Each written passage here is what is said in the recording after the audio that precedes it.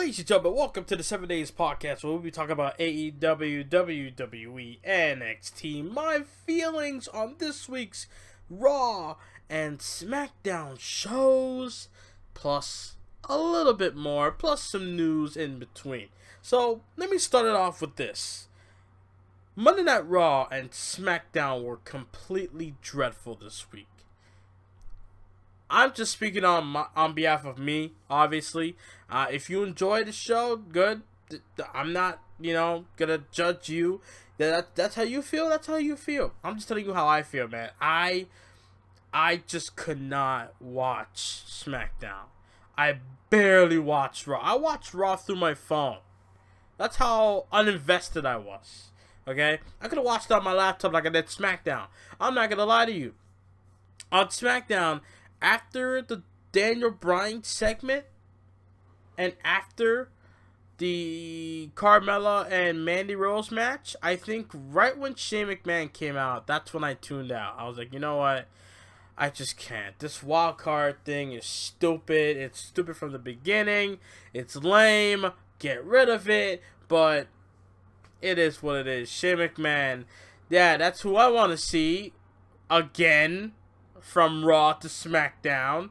I understand wild card or no wild card, he would show up on both shows anyways, but come on, man, really? I don't want to see the same people twice a week. My God, why? I don't want to see the big dog Monday and Tuesday. I don't want to see Charlotte or maybe not Charlotte, but like Lacey Evans on Raw and SmackDown. I don't want to see Becky Lynch on Raw and SmackDown. Like, why? What business does she have to be on SmackDown now that she's the Raw Women's Champion? For God, and Kofi Kingston, man, again, it still bothers me. I understand. I'm okay with him throwing pancakes now. I am. Honestly, it's his gimmick. That's who he is. That's how he expresses himself when he comes out and greets the fans in whatever arena they were in. They were in, I believe, Tulsa, Oklahoma, I believe, on SmackDown on Tuesday. But your friends, Xavier Woods and Big E, got assaulted within the past week, and you decided to come out smiling, throwing pancakes like nothing happened, like they're fine. Your friends, if it was me, if Mans attacked my friends, I'm gonna be pissed. And I don't care who you are. I don't care who did it. They're gonna get their ass whooped by the time I find out who actually did it, assaulting my friends. Kevin Owens said that he didn't do it. I kind of believe him, because why would he attack Big E? For what reason? A Big E versus Kevin Owens feud. Do I really want to see that? No. I just want to see Kevin Owens continue to go after Kofi for the WWE Championship, and it might come to fruition by Extreme Rules time, or maybe WWE Stomping Grounds, which, what the fuck is the purpose of the pay-per-view? Like, I understand the name, Stomping Grounds, but what it sounds like a pay-per-view where you would debut NXT Superstars or something. It sounds like something you would debut people, not have a normal pay-per-view for. I don't know. A lot going on. But yeah, SmackDown, literally right when Shane McMahon came out, I just tuned the fuck out. I just couldn't. I was like, you know what? I'm doing this program thing. I'm just going to go to sleep. I fell asleep at 9. I fell asleep at 9 p.m. And then I woke up at 2 a.m., fell back asleep, woke up at 7. So, that's how bad SmackDown was. Normally, I would watch a full 2-hour show of SmackDown. But this is not the first time this happened where I immediately tune out and I just don't watch. I have it on background, but I have my laptop on silent, so I don't hear shit. I just see bodies moving in the peripheral vision of my fucking sight. I'm just seeing in the corner of my eye people moving in the ring, but I'm watching YouTube videos on my TV. That's how bad SmackDown was on Tuesday. And the fact that people were actually sitting down and actually giving it some good some credits, for me, I don't see anything good that came out of SmackDown. Not much. The only thing I consider good was Daniel Bryan telling the truth. Tag team division sucks. You know? All that. Eric Rowan telling a knock-knock joke. Like, that's the only thing I find entertaining. Everything else sucked. Kofi Kingston and Kevin Owens, I've already seen this match. Why am I seeing it again? Come on. A Money in the Bank rematch. Why? What's the purpose of it? Oh, I mean, Kevin Owens lost to the man fair and square. Why do you need a rematch for? I understand the title was not on the line, but I'm just saying, why? You could at least build it up 2 weeks? 3 weeks at least? Nah, you want to give it away on TV. No build up. Just, hey, Money in the Bank rematch. Check it out. Really? Come on. That's just how I feel. I'm not a normal person that will complain about shit all the time like this, but I'm just saying, man. God, I'm just tuning out again. Like I'm going back to how it was 5 months ago, where I will literally just tune out. I just don't care. It'll just be background noise now. Like I don't feel like WWE tuned me out so much. I am more lazy now to freaking work on my Universal videos now. I'm telling myself, no, I gotta at least get these shows done and at least post WrestleMania. At least get that finished. So that way I don't freaking, diss y'all by not uploading WrestleMania. That's the least thing I can do. So, but yeah, WWE's very, I don't know, maybe it's what people were saying, the AEW effect. Or the outside of WWE effect, where I'm more interested in Impact and obviously AEW now more than ever and more than WWE. Like, the only thing I liked on Raw was Brock Lesnar. And I actually tweeted, give Brock Lesnar back the Universal title, because with Brock Lesnar's new character now, all beatboxing and shit, having fun, showing a little bit of personality, you might as well give him back the title, because what the fuck is Seth Rollins doing? Oh, this is my life! I've heard that from John Cena 10 years ago, when he had a segment with Sheamus for their tables match at TLC. This is my life! This is my passion! This is all I got! I remember those words! I never forgot those words! And then what happened? Hollywood called him up. Now he's gone. It's probably gonna happen with Seth Rollins. Hollywood's gonna call him up, and he's gone. So, when he says, this is my life, it's cringy, first of all, and second of all, I don't believe you. and the only way you're gonna prove it is if you stay for all these years, but then again, I wouldn't be mad if y'all left, and y'all went to a different company on TNT. You know what I'm saying? But Brock Lesnar, I honestly feel like he's entertaining me more now than he's ever been entertaining me. I mean, the last time I was entertained with Brock was 2015. That's the last time I was actually entertained by Brock. Him and The Undertaker going back and forth. Suplex City becoming a meme and a thing on WWE television. And then 2016, everything just died. And then I got sick of Brock by 2017 a little bit. I'm not gonna lie, every time he comes around once in a while on Raw, I get hyped, oh shit, Brock Lesnar. But in the end, he doesn't do anything. 2018, where I was just exhausted with Brock. 2019, won Money in the Bank. I loved the ending of Money in the Bank. Don't at me. He came through, won the briefcase. I don't give a fuck who he upset it. Whether it's Ali, Orton, Balor, Andrade. Yeah. You know what? You want to know what would happen if they won the fucking contract? They would have lost on television every goddamn week. Freaking just destroying the credibility of being Mr. Money in the Bank. And then when they cash in, yeah, it'd be a big moment on the night. But then, they're going to be treated so poorly on TV. Name a champion that they've booked on WWE television strongly. I can't remember. I was going to say AJ Styles, but I can't really say that right now. So, name a champion that they've booked so strong, where everybody got behind him and everyone enjoyed. Brock Lesnar's the last guy I can remember that everybody enjoyed him being champion and him actually, doing well as a champion and everybody getting behind him. And I'm talking WWE Championship, not the Universal title run he had recently.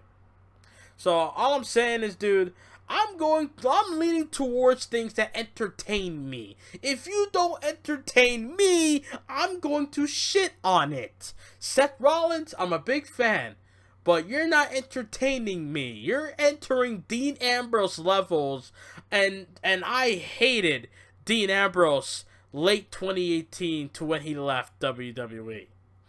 Just saying. And Seth Rollins, not his fault, but he's reaching to those levels, and I blame people backstage. And I listened to the podcast, Talk is Jericho podcast. My God, it was riveting. You need to listen to that shit.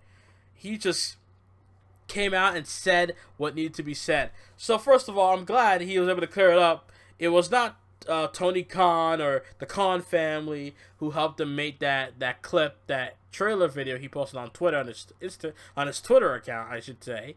You know, he called up a guy who's very good at making movie trailers, and when the guy came up and pitched Moxley the ideas that he had, you know, coming out of prison and all that stuff, he's like, "You're hired, bless," and then made the video, and 3-4 million plus views now. Look at that, you know.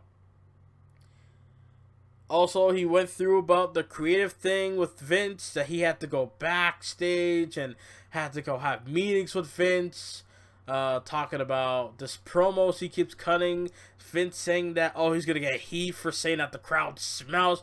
What type of a fucking chairman is this? Honestly, dude, I can't believe Vince believes that in 2019, saying that people smell bad is gonna get you heat.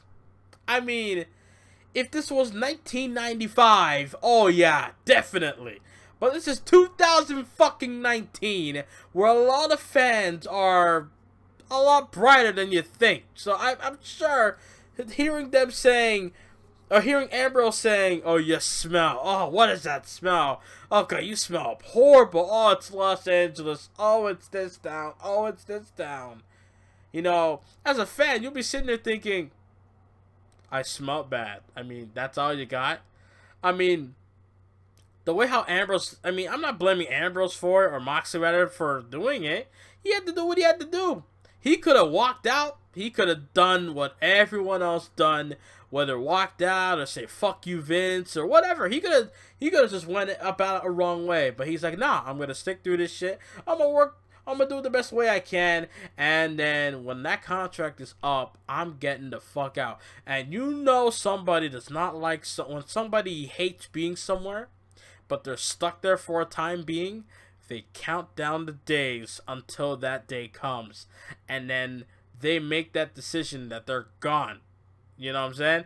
So Moxley did that. He's like, I don't care how many days, 100, 150, I don't care how many days. He counted down the days. And then when his contract came up, he's like, nah, I'm not resigning. Nah, you good.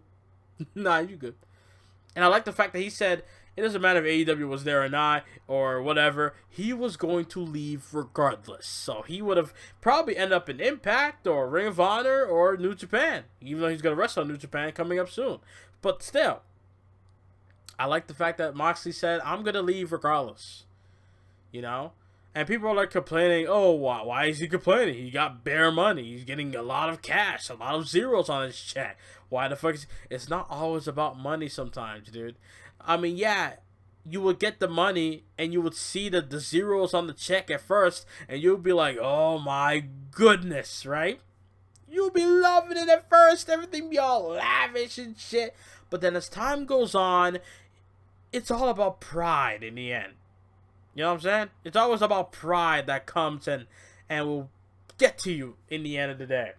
So that's what got to Moxley. It was pretty much pride. That's how I see it. It was pride. It wasn't him, you know, about money or about one thing. He knew the second that contract was up, he's out. And he made the right fucking move. And I'm sure the Revival are waiting to do the same, you know, based on reports. Sasha Banks, maybe, based on reports. Harper, same situation. All these talent contracts are coming up soon, and even Maria Kanellis on Twitter, teasing it a little bit that her contract might be coming up in 3 weeks. So WWE is just not being a good place to work anymore. So sad. It really is. So that's just what I have to say about all this. That whole podcast with Jericho was great. I really enjoyed it. If y'all need to, y'all should listen to it. I'm saying, just search it up on Google. Moxley Talk is Jericho. You should find it there on a certain podcast website, and you'll be able to find it. I was able to listen to it the other day, and it was great. So nice to hear. It's nice to hear what Moxley has to say. It's great that he freaking got a Twitter account from WWE and he never used it. He even I think he put in the bio what they said. He said he put in the bio saying that WWE gave me one of these. So yeah, so sad that you have to be given a Twitter in WWE. So I don't know. If you don't want a social media account, don't give me a social media. Why? I don't know. Anyways. Alright, let's get into some rumors or news or whatever the fuck. So, Forbes.com says WWE SmackDown could be ready to move on from Kofi Kingston as WWE Champion.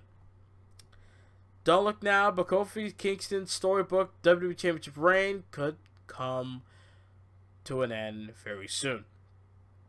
When the heart and soul of the New Day beat Daniel Bryan for the championship at WrestleMania 35. It was one of the greatest moments. It was one of the greatest moments and most memorable moments in WrestleMania history. But most know by now that Kingston's skyrocketing popularity and massive push as a top babyface on SmackDown was never WWE's intention. That spot was originally reserved for then Mustafa Ali, who was a victim of really bad timing that left him injured without a Mania storyline and getting replaced by Kingston at the biggest show of the year. Never in a million years could WWE would have imagined that Kofi Kingston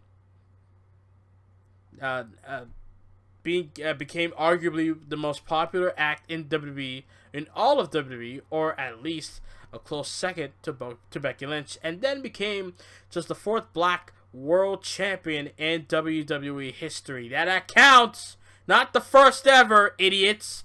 One of the few that became WWE champion, one of the few black dudes. I don't know why people. I understand it's the world title compared to World Wrestling Entertainment.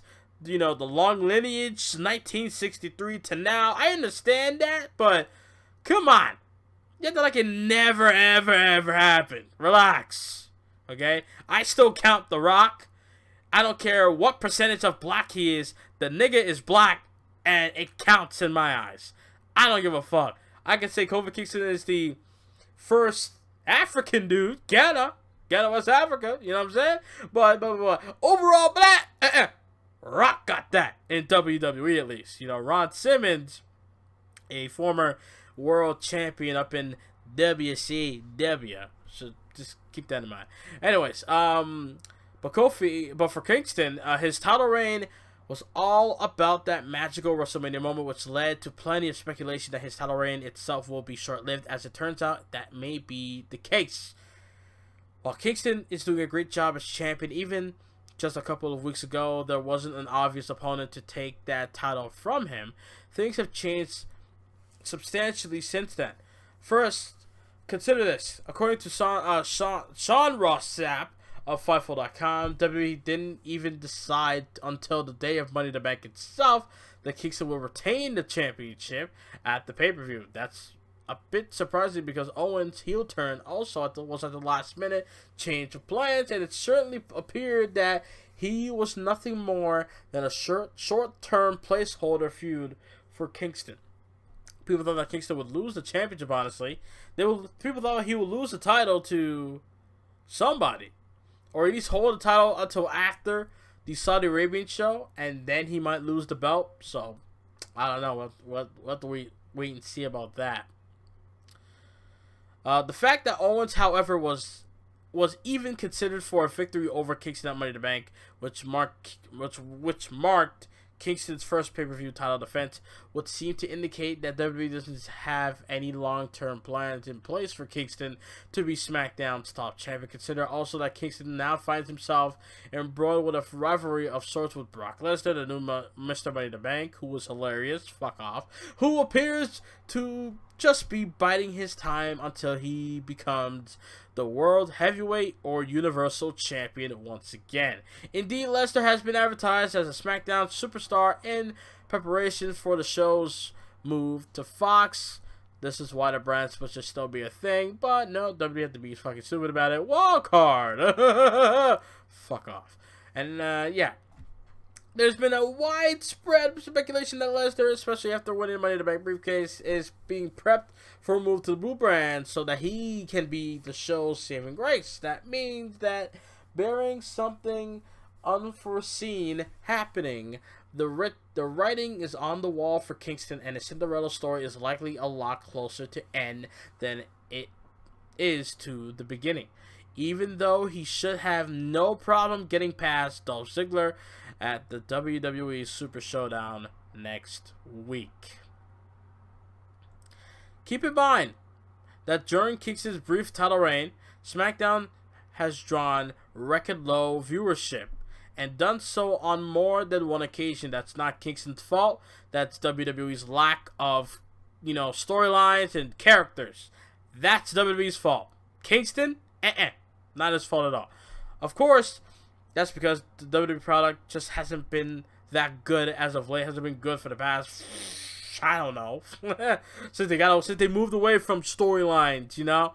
I think since 2012 they've been bad storyline wise.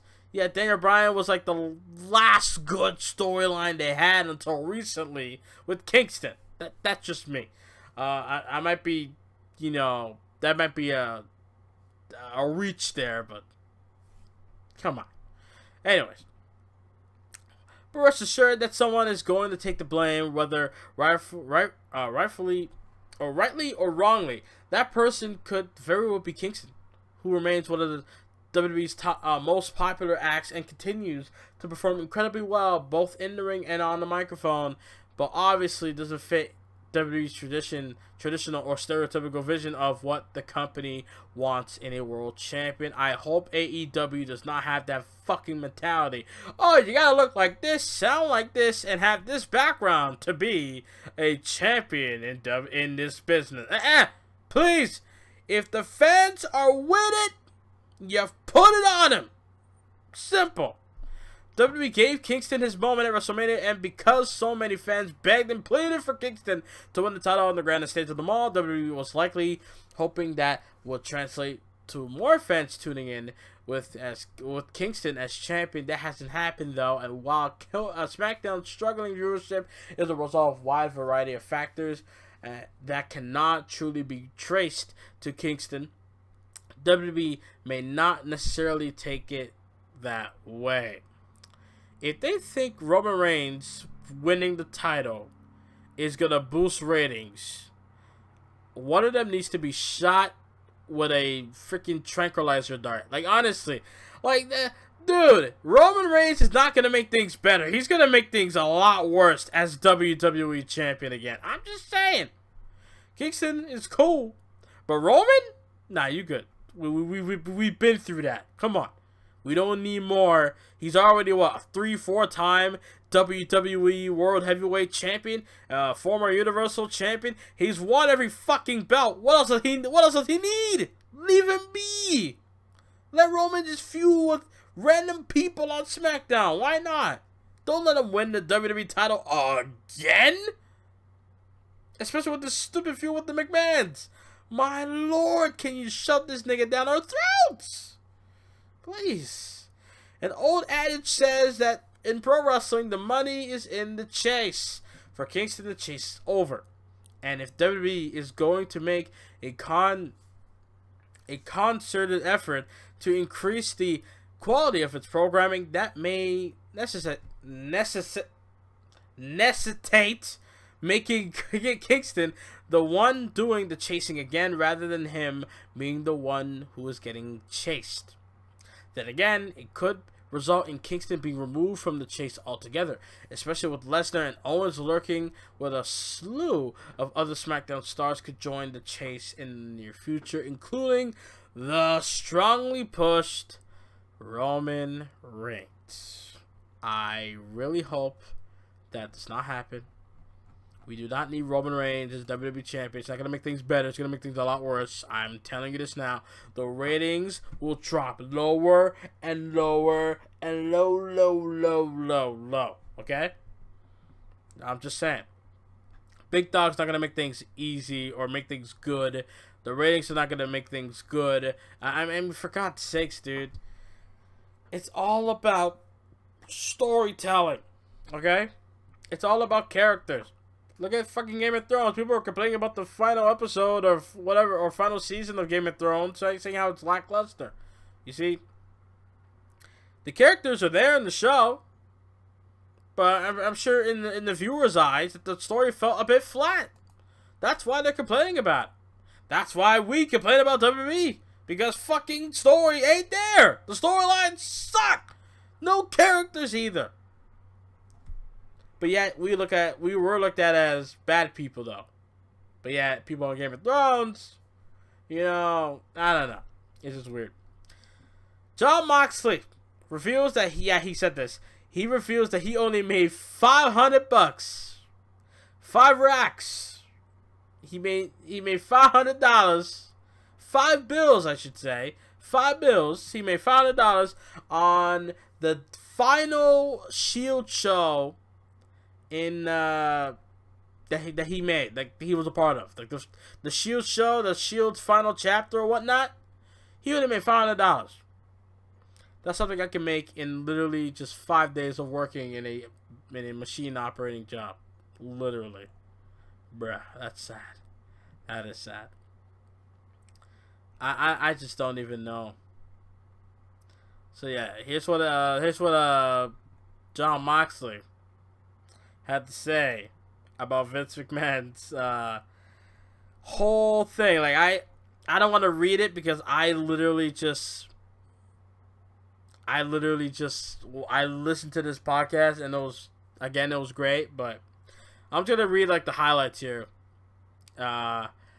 Moxley's fascinating account of his final days in WWE was also detailed a peculiar tidbit about his payoff following the Shield's final chapter live special that would prove to be his send-off, noting he only made $500. They turned this into a special. Flew in writers, cameraman, put it on the network. Basically for me. $500, said Moxley. That's what you get to show up. Could you imagine getting paid just to show up to your job? $500 just for showing up. And Ambrose and all that shit. He wrestled the whole match, like 20-30 minutes, I think. And he just got paid $500. Wow. Other notes from Moxley's interview noted that he believed AEW founder Tony Khan is a bigger wrestling fan than Vince McMahon. Facts. Moxley's goal is to prove that WWE's creative process sucks. Facts. It does not work. It's absolutely terrible. Vince McMahon asked Moxley to do one last tour of the European tour with the Shield after his contract expired. Obviously, Moxley said, "Nah, you good. You good." Moxley on Brock Lesnar. Vince pays Brock billions of dollars to ruin the company because he has control. He has to be in control of Lesnar as a major attraction.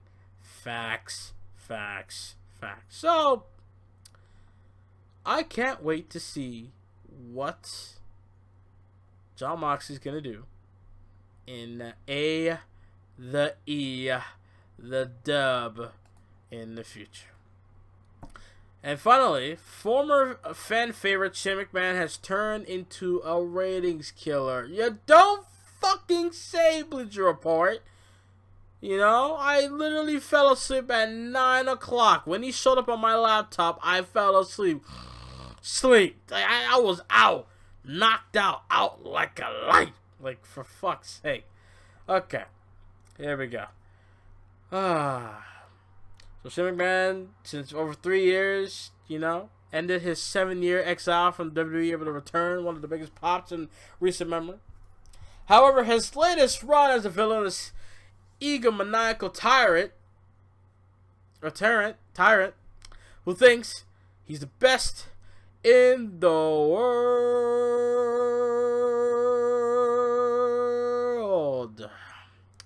all the while abusing his power on a near-weekly basis, has sucked the life out of the company in weeks heading out of WrestleMania 35. McMahon's match with Miz at the show was a solid addition to the card, if not one of the more enjoyable brawls of the night. However, given how he emerged victorious, it should have been painfully obvious then that the 49-year-old's reign of terror would continue. A fan named @DaveAnderson718 says, "Can they please have one show without Shane McMahon? Hashtag SmackDown Live." That is facts. But even from the article, but even his long-standing feud with The Miz was at least tolerable, because it wasn't detracting from the main event matches on both Raw and SmackDown on a weekly basis. Now fans can't really avoid seeing McMahon at least a couple of times each week, both shows. At a time when WWE has more in-ring talent than ever before, it's no surprise that the company ratings are taking a hit when tired angles and feuds like these are being done all the time. Fuck's sake. His current feud with Roman Reigns is an example of the kind of storyline WWE reverts to every few years. A mega babyface against a villainous authority figure. McMahon versus Stone Cold was, of course, the gold standard in that regard, but even rivalries like the Authority versus Daniel Bryan were made to feel worth caring about. Reigns versus Shane O'Mac, it doesn't really have any storyline direction, and it looks to have been put together just to have another supposed big match to add to the card at Super Showdown on June 7th. The fans in Jeddah, Saudi Arabia, may well care about a match like that, but most casual wrestling supporters aren't going to be hooked by a guy who was almost 50 fighting a top babyface. The outcome is painfully inevitable. A guy named Chill Heartman on Twitter says, "It's 8:50 Eastern Standard Time. Monday Night Raw just rang the bell on its first match of the evening. Shane McMahon versus Roman Reigns' cousin. Not a joke. Hashtag Raw." When I saw this, I'm like, what is this? So he's beating up a dude that I thought in my head, I'm like, is he related to Roman? Because he has a tattoo. Oh, come on. I mean, the hair, he's wearing a Shield merch. I mean, come on. I don't know why, or Roman Reigns t-shirt rather, but still, he had a tattoo similar to the Usos and Roman Reigns and The Rock. So you can't really like just say, he's fake. You just can't. The tattoos are there. You don't get a tattoo like that for no reason unless you are within that bloodline. I'm just saying. That's just me. And the air of inevitability surrounding McMahon's entire booking post WrestleMania is one of the things that is making this all the more unbearable. To see it on one show is bad enough, but fans felt as though they were vocally airing their discontent on Raw this week when he was in the ring. He was also dragging good, promising talent down with them. His allegiance with McIntyre makes no sense whatsoever, save for the fact McIntyre's physical presence make him a handy-looking enforcer for Shane O'Mac. By given how McIntyre has been positioned as a future world champion in recent months, to now have him working as McMahon's bodyguard and not have having a storyline path of his own is ridiculous. The Scot should be targeting Seth Rollins and the Universal Championship, not Baron Corbin on Raw. Instead, he's doing Shane McMahon's dirty work for him. Shane McMahon has been one of the most consistent performers both as a wrestler and entertainer for years in WWE. However, the company is using him too fucking much, too often lately, and it must surely be contributing to the struggles it is enduring at the last goddamn minute. They gotta stop using Shane. They gotta stop it. I popped. I have a video on my channel. I popped hard when Shane came out. When Shane came out, I was like, oh my god. It's been since May 2009 I've not seen this dude on WWE television current time. And then it took me 2 years to hate this guy now. 2 years. I've been hating Shane McMahon. I wasn't really digging him since last year, honestly. Now I hate him, but last year I wasn't really digging Shane. Shane McMahon getting in matches with Daniel Bryan and all that shit with Kevin Owens and Sami Zayn and screwing around with those two. It's like, oh my god, can this end? Fuck. You know?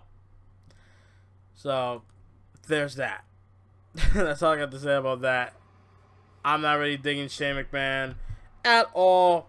They need to get rid of him, period. Just get him off TV. I hope after Super Showdown, they're done with him. Please. I wouldn't mind seeing Triple H. I'd rather see Triple H versus fucking Roman Reigns than Shane versus Roman Reigns. I'll be dead ass. I think their match would be better than their WrestleMania 32 match. I think it would be better, but I'm just saying, I'd rather see Triple H than Shane. No matter how many people hate Triple H on the main roster, I'm not going to compare it to NXT Triple H. That's different. Triple H NXT creator, or developer, I should say. Not creator, but developer, right? But on the main roster, he's still that, Barry talent, shovel. He's still that Triple H in many people's eyes. But for me, I would rather see Triple H and Reigns than Shane and Reigns, because fuck, it's just boring, and I just don't care. God, like even with Triple H and McIntyre teaming up, I would understand a little bit. McIntyre went to Triple H for his NXT run a while back, a year and a half ago, so can't really blame me for that. But oh god, I don't know. And that's all I got to say, man. Should I give a little I think I should give my predictions for TakeOver. Yeah, I actually, I'm not gonna lie. Literally until Monday, I forgot that NXT TakeOver was happening this Saturday because I was so hyped up with AEW. I completely forgot about NXT TakeOver 25. No bullshit, just dead ass. I'm not afraid to admit it. Can you blame me? I was so focused on AEW and indie wrestling, I literally forgot about NXT itself. I honestly forgot that NXT is a part of WWE as well. I forgot. So, let me get my quick predictions on that real quick. I'm not really good with NXT predictions because honestly, I honestly don't like giving out NXT predictions because I can honestly pick anyone and I will not get mad on who wins. The last time I was a bit frustrated was when Asuka was still the champion for so long. And I was like, dude, give her the fucking belt to somebody. Like, I want to see Ember. Ember Moon is hot right now. Why don't you give her the fucking belt? And they kept it on Asuka. I'm like, bro, I'm just... Like, I almost got tired of Asuka, but luckily, that's when she gave up the belt and said, I'm going to go to the main roster. So, good timing there. That's the last time I actually was, like, frustrated on somebody in NXT, but, NXT looking good, man. This card, can you go wrong with this? So let's start. Matt Riddle versus Roderick Strong. This came about because Matt Riddle and Adam Cole had, like, a thing backstage in the photo shoot, I think it was. And then Matt Riddle talking some shit, bro. Just, like, he's just going at him with Cole. And obviously Cole, whenever you talk shit to one Undisputed member, you're gonna get the rest of them. And obviously since Fish and O'Reilly are, taken care of in a tag match situation, Roderick Strong is open. Because Adam Cole's in the main event. So we want to do Matt Riddle versus Roderick Strong. Boom. So Roderick Strong's relationship with Undisputed Era was on a rocky ground in the last few weeks as he and Adam Cole traded verbal barbs that affected their performance in the ring. But it looked like Strong would quit or be kicked out of UE. He attacked Matt Riddle, who had been antagonizing Cole in recent weeks. That's how this came about. Roderick Strong attacked him. I think he had blood on him a little bit. So, yeah, Matt Riddle obviously they're gonna get payback on the Messiah of the Backbreaker. So I'm honestly gonna go with. I kind of want. Is it weird that I want Undisputed Era to have a strong night? I don't know. But if anyone's gonna take a fall, it's gonna be Roderick Strong. Matt Riddle's gonna get the win. Matt Riddle's gonna beat Roderick Strong. But everyone else in Undisputed Era, well, you're gonna hear what I have to say about that. Velveteen Dream versus Tyler Breeze. Honestly, if I had to choose which match will main event NXT TakeOver, I'm gonna put this one over Gargano and Adam Cole. Don't judge me. I'm sorry. I mean, Adam Cole and Johnny Gargano will put on a fucking clinic and a instant classic without a doubt. But we've seen it already. We see the last TakeOver. Velveteen Dream and Tyler Breeze. This is kind of like the predecessor versus the successor. You know what I'm saying? Like, before and after. You got Prince Pretty and the experience of Velveteen Dream for the North American Championship. I'm going to go with Velveteen Dream still. I don't think they're going to give Tyler Breeze the title as he just returned to NXT. It's a bit far-fetched, it's a bit weird. Oh, he's back in NXT. Velveteen Dream buries him and he wins the belt. I don't think Dream is gonna have Tyler Breeze rather is gonna have a longer. I hope he stays in NXT. By the way, he doesn't just show up there for a short time. I hope Triple H can go to Vince and be like, "Yo, Vince, can we use one of your guys? I need a match for the Velveteen at TakeOver 25. Yeah. Anyway. Okay, let me go through the list. Can I get Tyler Breeze? Who? Who's that? Yeah, he's a new guy. Yeah. Oh, yeah. For all we know, that could happen. But yeah, Velveteen Dream will be retaining his North American Championship. We all saw Tyler Breeze came out and challenged Velveteen Dream. These guys went back and forth talking some shit, but in the end, Velveteen Dream's gonna be standing tall with that North American Championship. That's all I got to say about that. Vacant NXT Tag Team titles in a ladder match, four-team style rather. The Forgotten Sons, Wesley Blake and Jackson Riker? Is that it? No, that's Gunner. Steve Cutler. There you go. I was just watching NXT. Come on, Steve Cutler and Wesley Blake. Cole. I was about to say Cole. Wait, what? Fish and O'Reilly. Oh, I was about to say Cole and O'Reilly. My bad. Fish and O'Reilly. Montez and Dawkins, Street Profits. And 1 and 2 in Lorcan and Birch. And obviously, I'm going with the fucking Street Profits. It's about damn time they got the NXT tag team. I'm already done with you two, O'Reilly and Fish. I'm done with y'all being tag team champions. 1 and 2, not your time yet. Forgotten Sons? Oh, you could be a good heel team down the line. But right now, just give it to the fucking Street Profits. They're hotter than ever now. You might as well do it. Come on. You held them out too long, Triple H. Make the decision, please. For the love of God, please. So there you go.